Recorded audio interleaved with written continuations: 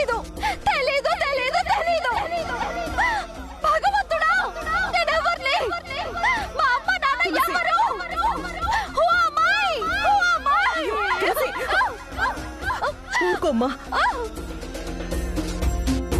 నువ్వైతే అనాథవి కావని నా అంతరాత్మ చెప్తుంది. వద్దా ఆంటీ, ఈ ఓదార్చే ప్రయత్నాలు ఏమీ వద్దు.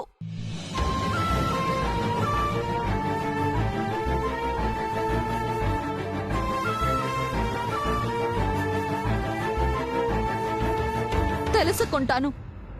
ఏ వేళ కాకపోయినా రేపైనా ఖచ్చితంగా తెలుసుకుంటాను.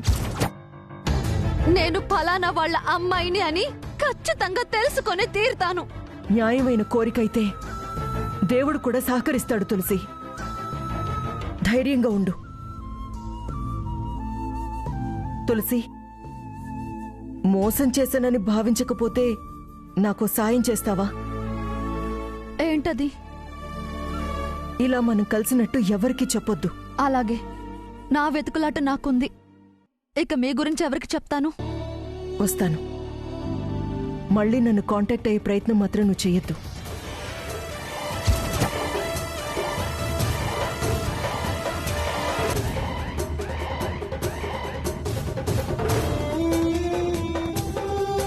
భగవంతుడా, ఎవరు?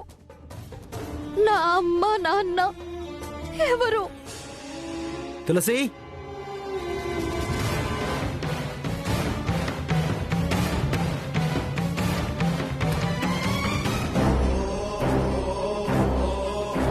వాడికి విషయం తెలియకూడదు. తెలిస్తే బాధపడతాడు. ఆదిత్య, వెళ్ళిన పనేమైంది? అంతా ఓకే. రా వెళ్దాం. నువ్వేంటి బెజవాళ్ళు తిరిగినట్టు తిరుగుతున్నావు? రా.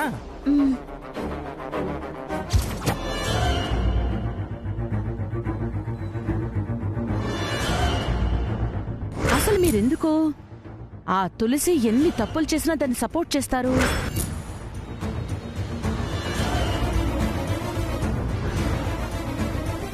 అదసలు ఎలా మన బంధువు? నాకు తెలియని బంధుత్వం ఏమైనా ఉందా?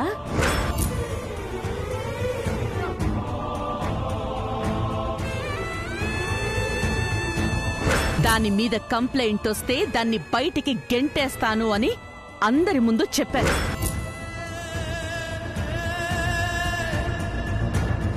అందుకని అది రాగానే దాన్ని ఇంట్లోంచి గెంటేస్తున్నాను.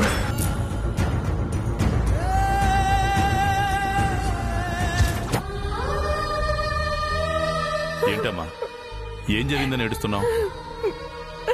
ఎందుకన్నయ్యా? ఎందుకు తులసి మీద వదిన ఎంత కక్ష కట్టింది? పగ కూడా ఏదో ఒక రోజు ఆయుష్ తీరుతుంది అంటారు. కానీ వదిన ప్రవర్తన తీరు చూస్తుంటే తులసి మీద రోజు రోజుకి పగ పెంచుకుంటుందే కానీ తగ్గే సూచనలు కనిపించడం లేదు. ఎందుకని తులసి అంటే అంత శత్రుత్వం పెంచుకుంటుంది? చిన్నప్పటి నుంచి కళ్ళ ముందే పెరిగిన పిల్ల. దాని మనసు అర్థం చేసుకునే గుణం వదినకి లేదా? అది అంత తప్పు ఏం చేసిందని? వాళ్ళు ఒకరి కోసం ఒకరు పుట్టారు.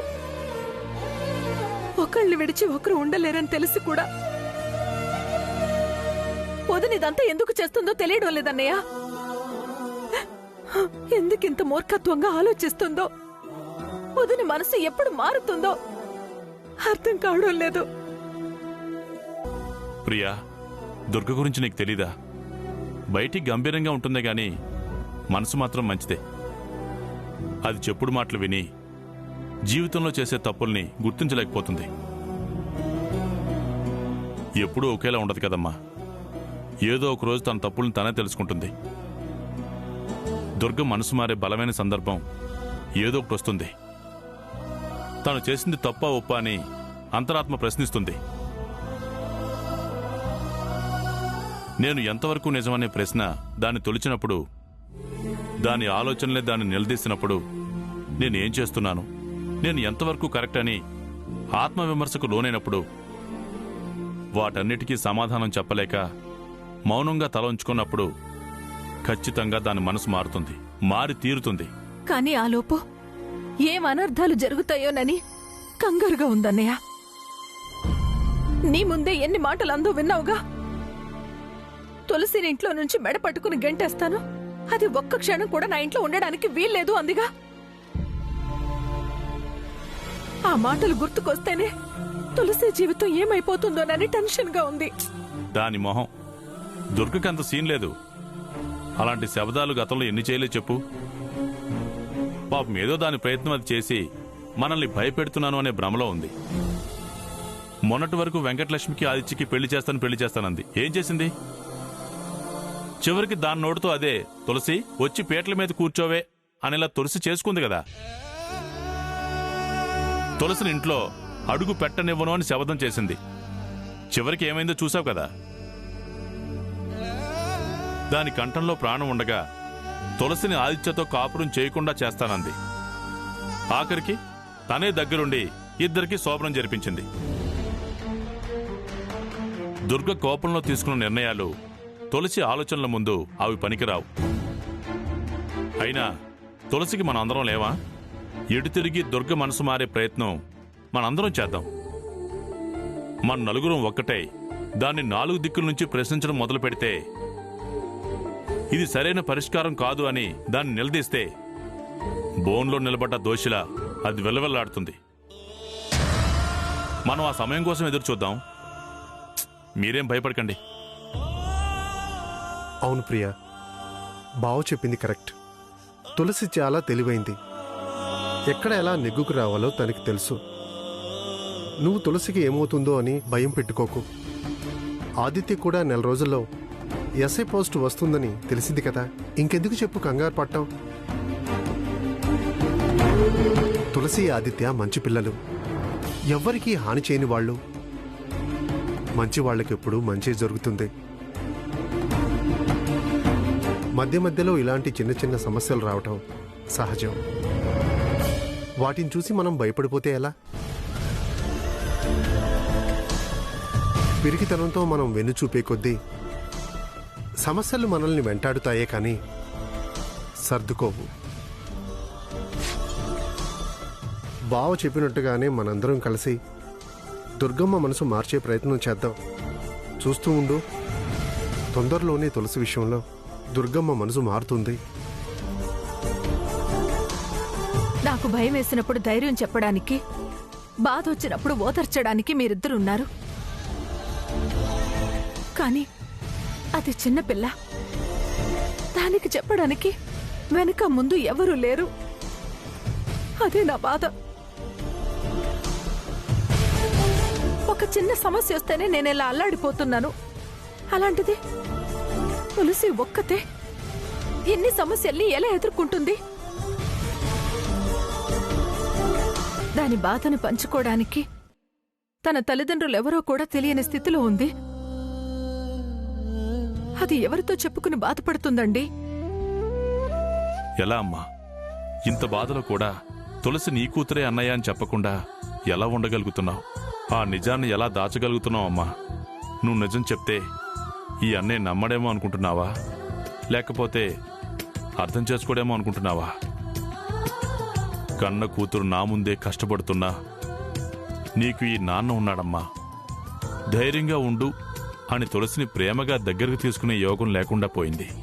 పోనీ దుర్గ దగ్గరికి వెళ్ళి తులసి మన కూతురు అని చెప్పినా వినే స్థితిలో దొరకలేదు. అంతా నా కర్మ.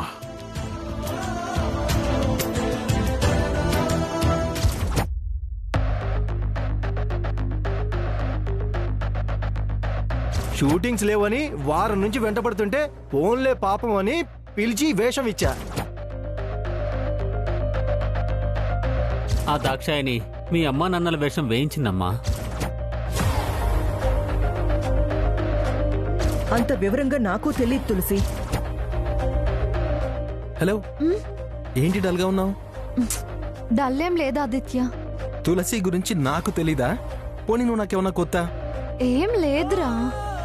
నేను లేనప్పుడు ఎవరన్నా ఫోన్ చేశారా? పోనీ ఎవరన్నా ఏమన్నా అన్నారా? ఏం లేదులేరా.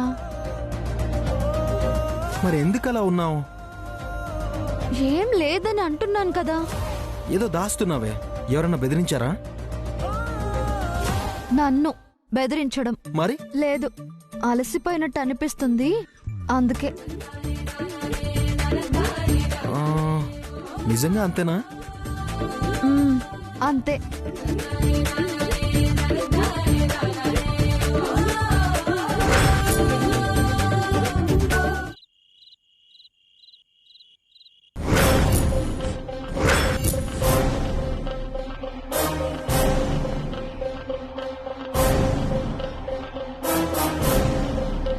తులసి, అమ్మ ఏమంటుందో ఏమో.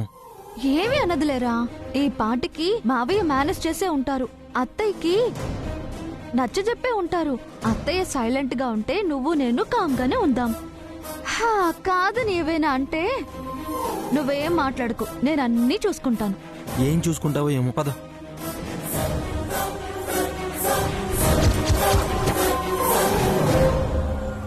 ఆగో ఆగో ఆగో.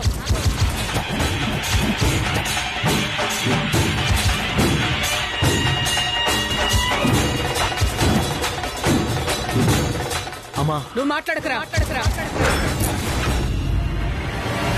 అది ఇంటి గడప దాటి లోపలికి రావడానికి వీల్లేదు.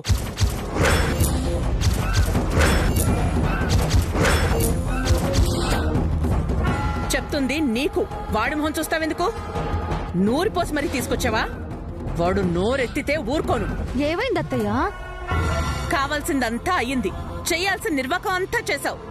కండిషన్ ప్రకారం నీ మీద కంప్లైంట్ వచ్చింది. నిన్ను ఇంట్లోంచి గెంటేస్తున్నాను.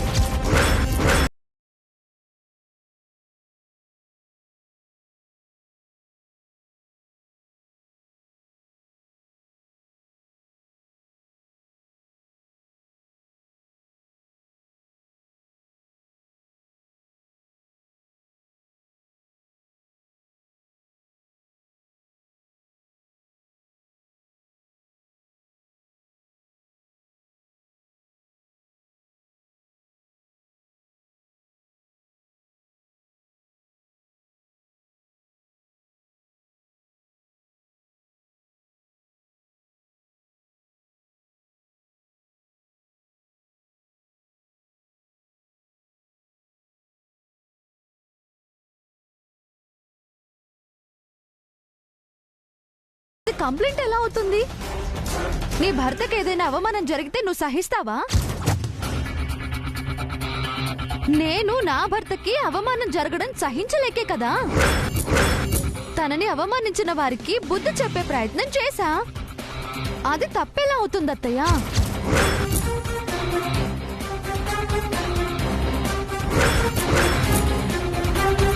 తన అవమానం తనకి నాకే కాదు దుర్గమ్మ, ఈ ఇంటికి, ఈ ఇంటి గౌరవ మర్యాదలకి అవమానమే. అందుకే నేను ఇంతలా రియాక్ట్ అయ్యాను. అరే, మన ఇంటి పరువు ప్రతిష్టల కోసం పోరాడాను. అదసలు తప్పే కాదు. తప్పు చేసిన వారికి గుణపాఠం చెప్పడం తప్పు కానే కాదు.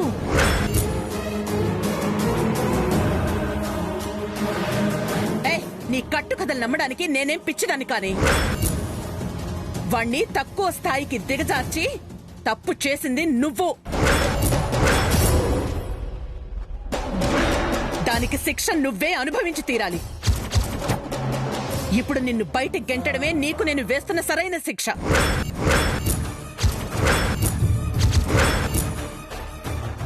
ఇదే నా తీర్పు.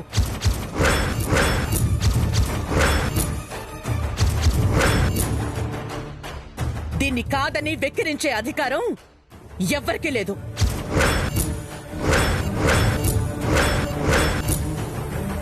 వాడి స్థాయి కిందకి దిగజార్చిన నీకు ఈ ఇంట్లో స్థానం లేదు. పో పో అవతలికి. దుర్గా, ఓపో అంటే ఎక్కడికి పోతుంది? అది ఇంటి కోడలు. మీరు దాన్ని సపోర్ట్ చేయొద్దని మీకు ముందే చెప్పానా? అది ఎక్కడికైనా పోవచ్చు, అది దాని నిర్ణయం. పొమ్మనంటున్నాను అంతే. నువ్వు వెళ్ళవే. నా గుమ్మ ముందు నిలబడ్డానికి కూడా వీల్లేదు.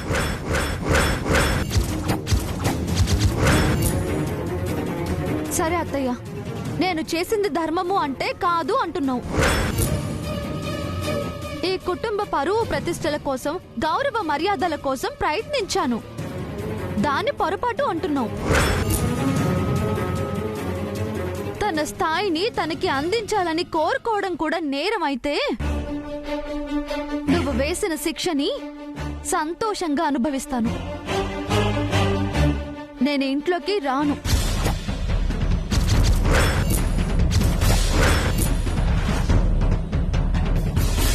నీ మాటకి విలువిచ్చి నీ తీర్పుకి తల వంచి వెళుతున్నా. పద ఆదిత్య, వెళ్దాం.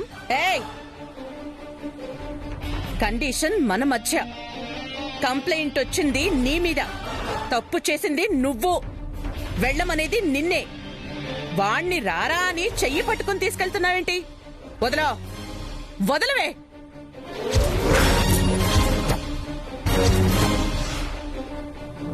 తనని వదిలి ఒంటరిగా నేనెలా నా స్థానాన్ని వదిలి వెళ్తాను?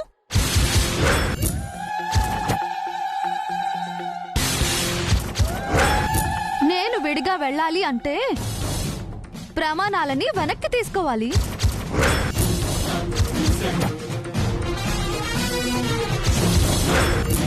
వివాహ బంధాన్ని విడదీసే వేద మంత్రాలు మళ్ళీ అలాంటి పందిట్లో 10 మంది ముందు చదివి విడదీయాల్సిందే.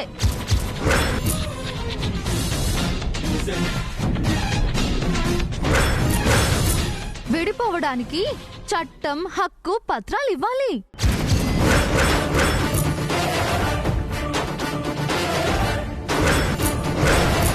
నేను అనామకురాలిని, తనకేమీ కాను అని ధృవీకరించాలి.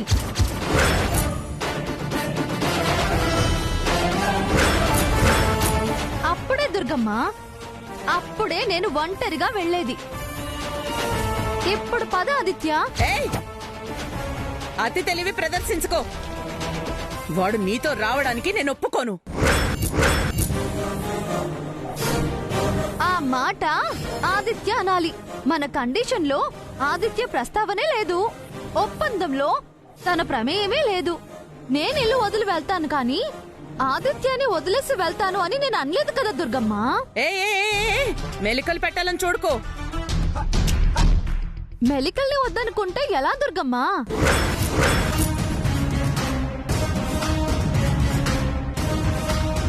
గొడవలు, వేధింపు కేసుల్లో తీర్పును వినే ఉంటావు కదా దుర్గమ్మ.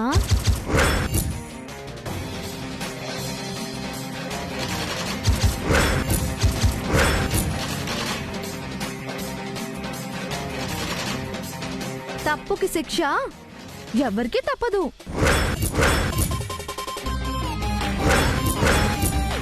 దుర్గా, అవసరమా? ఇదంతా అవసరమా? ఇలా కేసులు అంటూ, తీర్పులంటూ జైలుకెళ్ళడం అవసరమా? ఇవన్నీ అవసరమా? ఈ విషయం ఇంతటితో వదిలే. అది వాడి కోసం చేశాను అంటుంది. జరిగిందంతా మనం చూస్తున్నాం. కోడల్ని వేధించిన కుటుంబం అని నలుగురు చెప్పుకుంటారు. కానిస్టేబుల్ గా రివర్ట్ అవడం కన్నా ఎక్కువ అవమానంగా ఉంటుందమ్మా. అయిన వాళ్ళ మధ్య ఇలాగా అని మనల్నే అంటారు వదినా. మీరు ఎవ్వరేమనుకున్నా దుర్గమ్మేవి పట్టించుకోదు. తనకి తన పంతమే ముఖ్యం. నన్ను బయటికి పంపడమే ధ్యేయం. కానీ నేనంత తేలిగ్గా ఆదిత్యాన్ని వదిలేసి పోను. నువ్వే కరెక్ట్ తులసి. నువ్వు ఆ మాట మీదే ఉండు. కాదని వెళ్ళగొట్టడం ఈ అత్తలకి ఇదే ఆనవాయితీ అయిపోయింది. ఆరేళ్ళు అనుభవించే కోడళ్లకి నువ్వు ఆదర్శం కావాలి. దుర్గా, కాస్త ఆలోచించు. అల్లరిపాలు అవడం కంటే కాస్త కాంప్రమైజ్ అవడం మంచిది. మంచిది, మంచిది. మీరంతా ఒకటేగా, అలాగే కానిద్దాం. నన్ను జోజో కొట్టడమే గాని దాన్ని తప్పు అని అనరు కదా. సరే రానివ్వండి, ఈ ఇంట్లోనే తిష్ట వేయమనండి. కానీ నాతో కలిసి ఉండడానికి మాత్రం వీల్లేదు.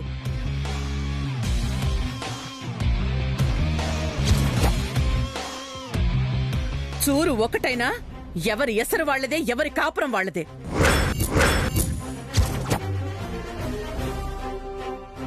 సరే అలాగే కానీ.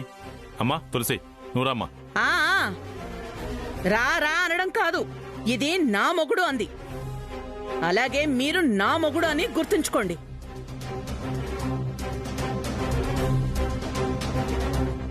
అమ్మ తులసి రామ్మా, రండి.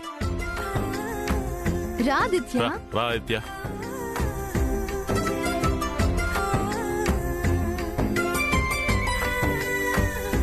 మొత్తానికి లోపలికెళ్ళింది. సమస్య తీరింది. ఈ విషయం ఆయనకి చెప్పాలి.